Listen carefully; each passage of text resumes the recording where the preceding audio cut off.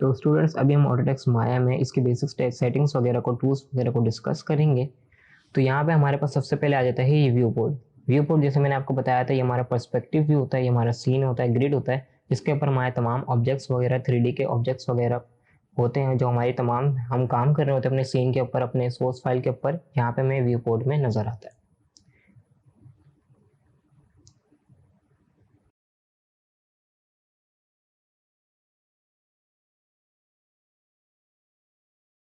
और ये होती है हमारी ग्रिड। ग्रिड के ऊपर हमारे तमाम ऑब्जेक्ट्स वगैरह बनते हैं, इसके ऊपर हमारे तमाम ऑब्जेक्ट्स वगैरह और जो भी हम काम कर रहे होते हैं सोर्स फाइल के अंदर, वो यहाँ पे हमारी ग्रिड के ऊपर बनते हैं।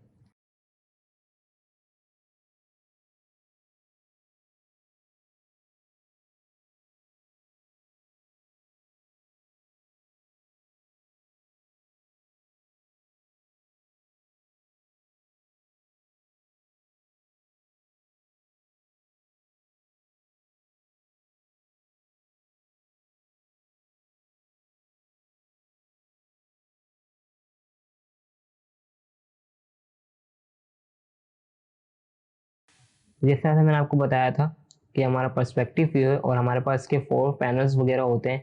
जैसे मैंने स्पेस बटन दबा के मैं आपको दिखाऊं तो यहाँ पे हमारे पास टॉप एक्सिस, वाई और फ्रंट वगैरह एक्सिस वगैरह होते हैं। तो यहाँ पे हम अपने मॉडलिंग के क्या कहते हैं, अपनी मॉडलिंग की मॉडिफिकेशन वगैरह के लिए हम इस 4 पैनल व्यूज का इस्तेमाल करते हैं।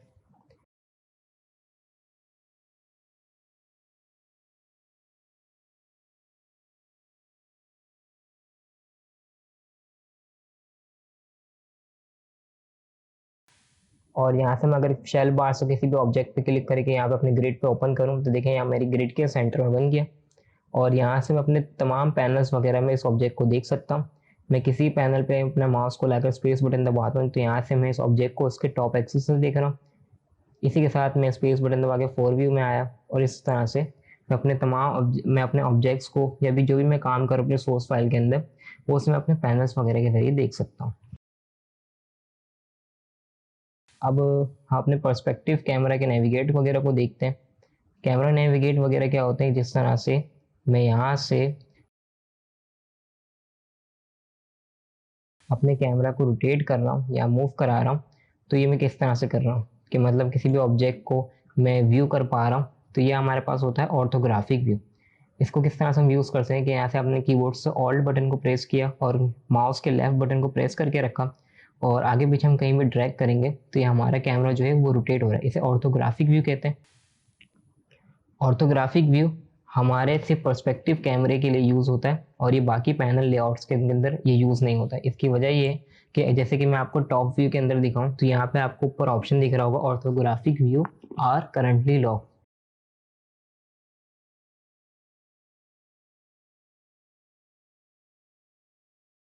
इसकी वजह ये है कि पर्सपेक्टिव के अंदर ऑर्थोग्राफिक व्यू ओपन होता है क्योंकि उसे हम अपने ऑब्जेक्ट को हर एंगल से देख रहे होते हैं, लेकिन जो 4 पैनल्स व्यूज होते हैं उसको हम सिर्फ सिंगल एंगल से देख रहे होते हैं ताकि हम मॉडिफिकेशन वगैरह करने के लिए आसानी हो और अपने कैमरा को कहीं भी मूव ना करें।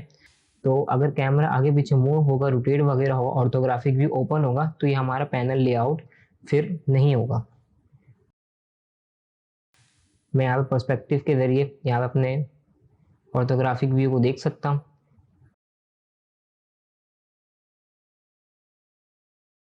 मुझे अगर जूम इन जूम आउट देखना है अपने ऑब्जेक्ट को स्मूथली तरीके से तो मैं कीबोर्ड से ऑल बटन को प्रेस करके रखूँ और राइट माउस बटन को क्लिक करके रखूँ। तो यहाँ से मैं अगर आगे पीछे ड्रैग करूँ तो मैं अपने माउस के जरिए अपने कैमरा को स्मूथली तरीके से जूम इन जूम आउट देख सकता हूँ।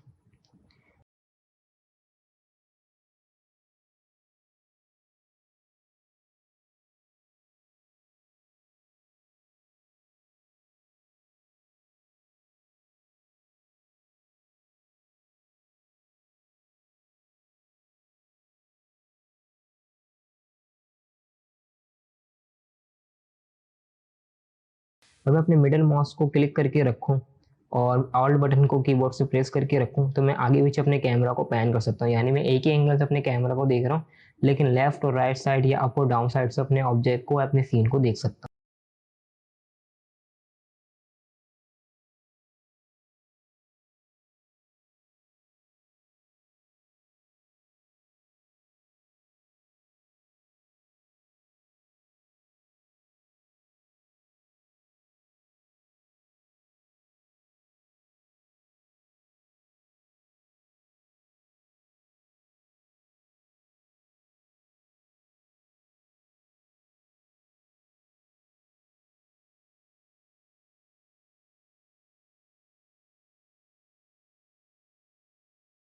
इसी तरह मैंने आपको बताया था कि हमारा पर्सपेक्टिव व्यू एक पूरा पूरा वर्ल्ड मैप होता है।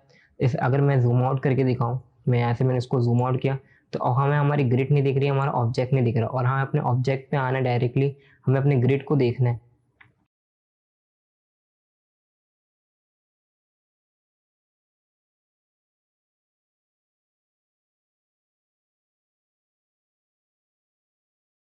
तो यहाँ पे मैं कीबोर्ड से एफ प्रेस करूंगा तो हमारा जो ऑब्जेक्ट है या हमारी जो ग्रिड है, जो हमारा ग्रिड है और जो हमारा ऑब्जेक्ट के ऊपर है हमारा कैमरा आ जाएगा, यानी हमारे पर्सपेक्टिव का व्यू आ जाएगा, और यहाँ से हम अपने ऑब्जेक्ट को देख सकते हैं।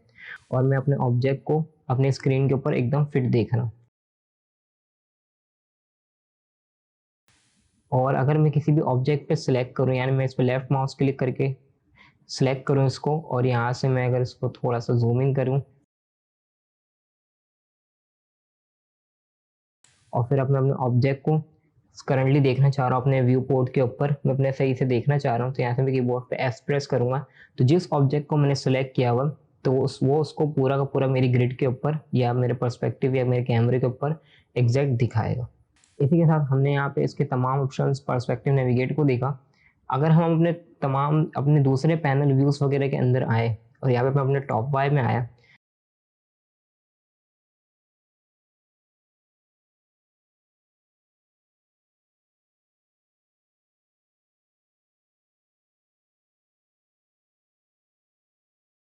तो यहाँ से मैं इसके ऑर्थोग्राफिक व्यू को, जैसा मैंने आपको बताया था लॉक है, लेकिन यहाँ से मैं इसे जूम इन जूम आउट कर सकता हूँ, कैमरे के नेविगेट को और पैन कर सकता हूँ।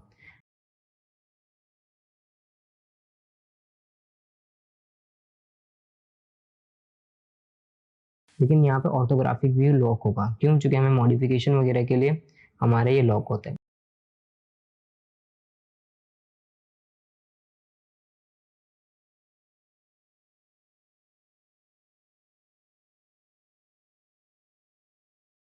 अगर आपको पैनल के तमाम लेआउट को शॉर्टकट तरीके से देखना है तो इसका एक और शॉर्टकट तरीका ये है कि आप यहाँ से अपने कीबोर्ड से स्पेस बटन को दबा के रखें और लेफ्ट माउस बटन को दबा के रखें, तो यहाँ पे आपके पास एक हॉट बॉक्स ऑप्शन ओपन हो जाएगा। ये हॉट बॉक्स होता है, यहाँ पे हम माया पे क्लिक करके लेफ्ट माउस क्लिक बटन करके रखेंगे तो यहाँ पे देखें हमारे पास कुछ ऑप्शंस वगैरह आ जाएंगे। यहाँ से मेरा पर्सपेक्टिव व्यू जिस पे हम करंटली भी हैं, और यहाँ पे हमारे तमाम ऑप्शंस वगैरह दिख रहे हैं, कैमरास दिख रहे हैं, लेफ्ट व्यू, टॉप व्यू और वाई व्यू। इसी के साथ मैं यहाँ पे किसी भी कैमरा एंगल पे क्लिक करूँ, जैसे मैंने लेफ्ट व्यू पे क्लिक किया तो मेरा पर्सपेक्टिव कैमरा था उसकी जगह मैं यहाँ से अपने लेफ्ट व्यू को देख सकता हूँ। तो ये शॉर्टकट तरीके से भी हम अपने पैनल लेआउट्स वगैरह के अंदर जा सकते हैं।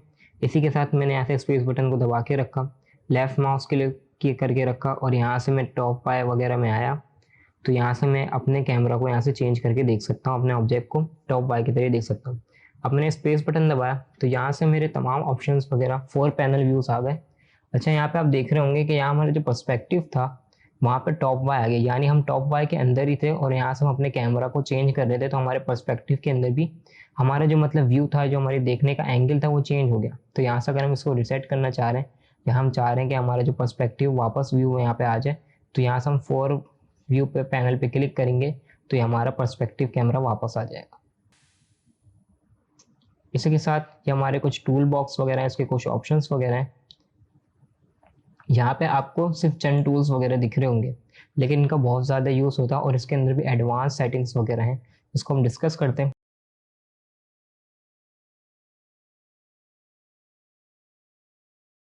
यहाँ पे हमारे पास सबसे पहले सिलेक्शन टूल आ जाता है। इसकी कीबोर्ड से शॉर्टकट है क्यू, इसके जरिए हम ऑब्जेक्ट्स वगैरह को सिलेक्ट करते हैं। और यहाँ पे हमारे पास ये लेसो टूल आ जाता है और यहाँ पे पेन सिलेक्शन टूल आ जाता है। ये दोनों टूल सिलेक्शन वगैरह के लिए यूज़ होते हैं, ऑब्जेक्ट्स के कंपोनेंट्स वगैरह को सिलेक्ट करने के लिए यूज़ होते हैं। जिस तरह से आपने लेसो टूल बहुत से सॉफ्टवेयर वगैरह के अंदर देखा होगा, सेल बार के जरिए एक स्फीयर सर्कल को ऐड करूँ तो यहाँ से हम, अच्छा,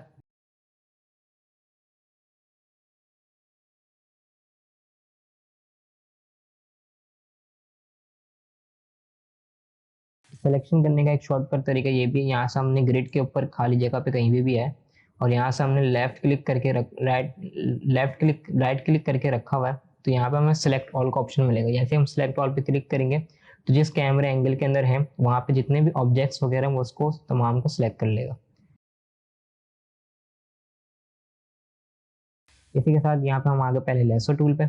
लेसो टूल क्या करता है कि हमारे ऑब्जेक्ट्स के कंपोनेंट्स वगैरह को या ऑब्जेक्ट को यूनिफॉर्म तरीके से यानी मैनुअल तरीके से सिलेक्ट करने के लिए यूज़ होता है।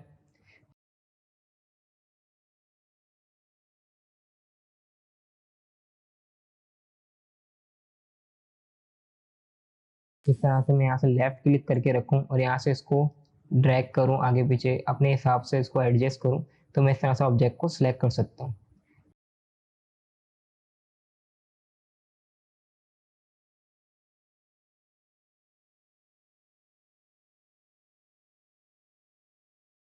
और अगर मैं इस ऑब्जेक्ट के कंपोनेंट्स वगैरह को सिलेक्ट करूं, जैसे पहले मैं यहाँ पे इसके कंपोनेंट मोड में आया। कंपोनेंट मोड क्या है उसके साथ मैं आपको डिस्कस उसके बारे में आपको मैं डिस्कस करता हूँ।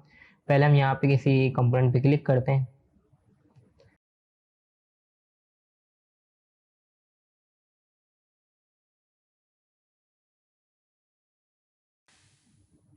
यहाँ मैं फेसेस में आया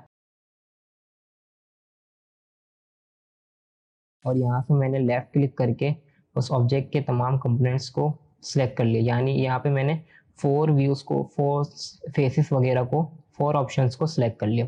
तो यहाँ मॉडलिंग वगैरह के लिए लेसो टूल के लिए यानी कस्टम तरीके से ऑब्जेक्ट के कंपोनेंट्स को या ऑब्जेक्ट को सिलेक्ट करने के लिए लेसो टूल का इस्तेमाल करते हैं। इसी के साथ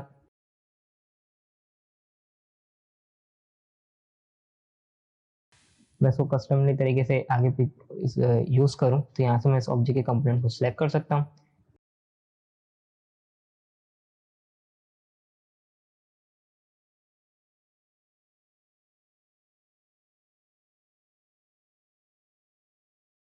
और अगर मुझे यहाँ से मल्टीपल सिलेक्शन करनी है, यानी मैंने इस ऊपर के एरिया को सिलेक्ट कर लिया, मैं नीचे की भी एरिया को सिलेक्ट करना चाह रहा हूँ या दूसरा कंपोनेंट को सिलेक्ट करना चाह रहा हूँ, एक साथ मल्टीपल सिलेक्शन चाह रहा हूँ, तो यहाँ से मैं शिफ्ट क्लिक करके रखूँगा कीबोर्ड से और लेफ्ट माउस क्लिक करके रखूँ और इसको ड्रैग करूँ। देखिए यहाँ से मैं मल्टीपल सिलेक्ट कर सकता हूँ।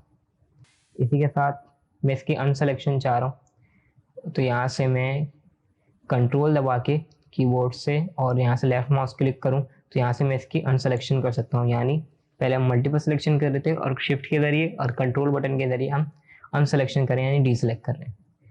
इसी के साथ हमारे पास यहाँ पे पेन टूल आ जाता है। पेन टूल क्या करता है, ये भी कंपोनेंट्स वगैरह को सिलेक्ट करने के लिए यूज़ होता है। जैसे मैंने इस अपने पेन टूल पे क्लिक किया और यहाँ पे हमारे पास एक पिवट आ गया, यानी उस ऑब्जेक्ट का ऑप्शन व्यू आ गया। ये बहुत बड़ा है तो हमें इसे छोटा करना है। यहाँ पे एक टूल बॉक्स का ऑप्शन है, इस पर क्लिक करते हैं और यहाँ से उसका साइज को छोटा कर देते हैं। तो यहाँ से हमने इसके रेडियस को छोटा कर दिया।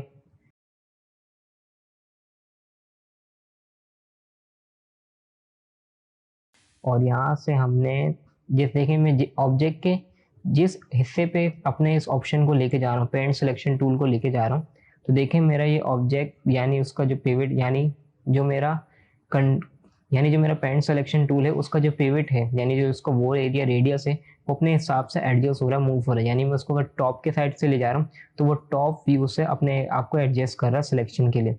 यानी जैसे मैं इसको यहाँ से सिलेक्ट करूँ,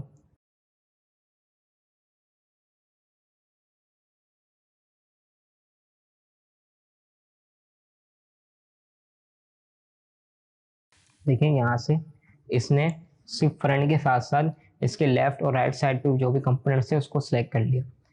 ये एंगल वाइज तौर पर भी सिलेक्शन वगैरह के लिए यूज़ होता है। इसी तरह से कंट्रोल दबा इसकी वही शॉर्टकट्स वगैरह, शिफ्ट दबा के मल्टीपल, कंट्रोल दबा के अनसेलेक्ट। इसी के साथ सिलेक्शन की और ऑप्शंस वगैरह, यहाँ से अगर हम सिलेक्शन टूल को लें, यहाँ से लेफ्ट माउस क्लिक को ड्रैग करके पैन करें तो यहाँ से भी हम सिलेक्ट कर सकते हैं और शिफ्ट दबा के मल्टीपल सिलेक्ट कर सकते हैं, कंट्रोल दबा के डी सिलेक्ट कर सकते हैं।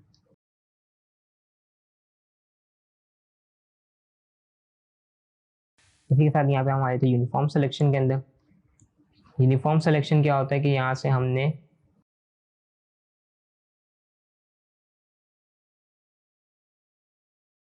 पहले यहाँ पे किसी भी कंपोनेंट पे क्लिक किया तो यहाँ पे आपको यहाँ पे लाइन सिलेक्शन वगैरह मिल रही है ऑब्जेक्ट के अंदर। यहाँ से मैं किसी पे भी लेफ्ट क्लिक करूँ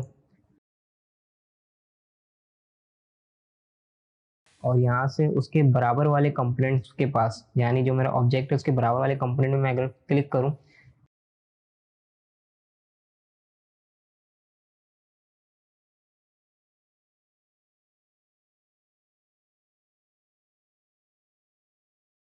और डबल क्लिक करूँ शिफ्ट दबा के तो देखिए मेरे उसके आसपास के तमाम जो कंपोनेंट्स हैं वो सिलेक्ट हो जाएंगे। तो ये हो रही यूनिफॉर्म सिलेक्शन के सिलेक्शन को शॉर्टकट तरीके से ईजिली तरीके से जल्द सिलेक्शन करने के लिए यूज़ वगैरह होते हैं ऑप्शंस। इसी तरह से मैं अगर वर्टेक्स पे आऊँ तो उसके आसपास के वॉल एरिया के पास जितने भी कंपोनेंट्स थे उसने उसको सिलेक्ट कर लिया। इसी तरह से फेसेस वगैरह के साथ भी यही है। अच्छा,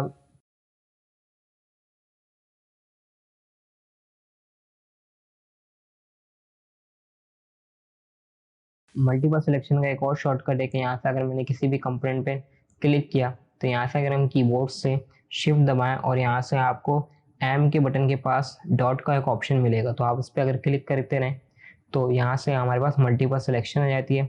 इस तरह से भी हम वॉल एरिया के ज़रिए भी हम सिलेक्शन वगैरह कर सकते हैं, यानी जिस कंपोनेंट पे हमने क्लिक किया है उसके तमाम वॉल एरिया के पास जो जो क्या कहते हैं कंपोनेंट्स वगैरह उसको रेडियस के हिसाब से सिलेक्ट कर लेता है।